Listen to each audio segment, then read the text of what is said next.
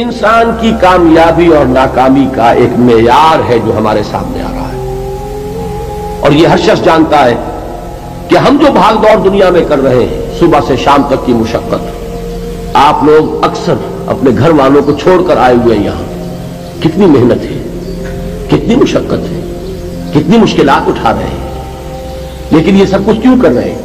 کامیابی کے حصول کے لیے۔ البتہ کامیابی کے معیارات ہیں، ہمارے ذہنوں میں جو معیارات بیٹھے ہوئے ہیں وہ کیا ہے؟ کامیابی پیسے سے ہے، کامیابی جائیداد سے ہے، کامیابی کاروبار سے ہے، کامیابی شہرت سے ہے، کامیابی اقتدار سے ہے، یہ معیارات ہیں۔ جو جتنا دولت مند اتنا کامیاب، جو جتنا مشہور اتنا کامیاب، جو جتنا پاپولر اتنا کامیاب، جو حکومت پر پہنچ گیا کامیاب، جس نے بڑا کاروبار جما لیا کامیاب، جس نے بہت جائیداد بنا لی کامیاب۔ یہی ہے اصل میں ساری مس کی گانٹھ۔ جو تصور کامیابی کا ہوگا اسی کے مطابق آپ کی بھاگ دوڑ ہوگی، اسی کے لیے جد و جہد ہوگی، اسی کے لیے توانائیاں صرف ہوں گی، اسی کے لیے دن رات کی مشقت ہوگی۔ یہ ہے اصل شے جس کی یہاں نفی ہو رہی ہے۔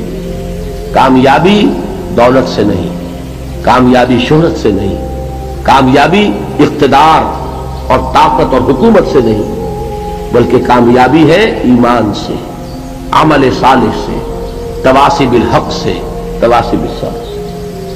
آپ غور کیجئے اس نقطہ نظر کا، اس ایٹیچیوڈ کا، یہ جو مینٹل ایٹیچیوڈ ہے، اس کا بدل جانا ہی انسانی شخصیت کے اندر انقلاب برپا کرے گا۔ اب آپ کا نتیجہ کیا نکلا؟ اگر تو دولت سے کامیابی ہوتی تو قارون بہت کامیاب تھا، اگر حکومت سے کامیابی ہوتی تو فرعون اور نمرود بہت کامیاب تھے۔ کامیابی ان سے نہیں ہے۔ کامیابی انسان دولت میں قارون کی دولت تک پہنچ جائے اور دنیا میں دبدبہ اور اقتدار اور سلطنت اور حکومت کے اعتبار سے وہ نمرود اور فرعون کا مقام حاصل کر لے، وہ ناکام ہے، خائب ہے، خاسر ہے، برباد ہے۔ اور ابو ذر غفاری کامیاب ہے، چاہے ان کے پاس کچھ نہیں تھا، جھونپڑی تک نہیں تھی، کوئی گھر نہیں تھا۔ حضور نے فرمایا ہے اللہ کے کچھ بندے ایسے ہوتے ہیں جو کسی محفل میں جانا چاہیں تو انہیں اجازت نہ ملے، جو کہیں اگر رشتہ کرنا چاہے کوئی ان سے رشتہ کرنے کو تیار نہ ہو، کہیں کوئی سفارش کرنا چاہے تو ان کی کوئی بات ہی نہ سنے۔ لیکن اللہ کے ہاں ان کا وہ مقام ہے کہ اگر بھولے سے بھی کسی بات پر قسم کھا بیٹھتے ہیں تو اللہ ان کی قسم کی لاج رکھتا ہے۔ یہ ہے فرق، یہ جان لیجیے اچھی طرح۔ اس بات کا مان لینا آسان، اس پر سبحان اللہ کہنا آسان، لیکن اس کے مطابق آپ کے اپنے ذہن کا بدل جانا بہت مشکل، اس لیے کہ ہم متاثر ہوتے ہیں اپنے ماحول سے۔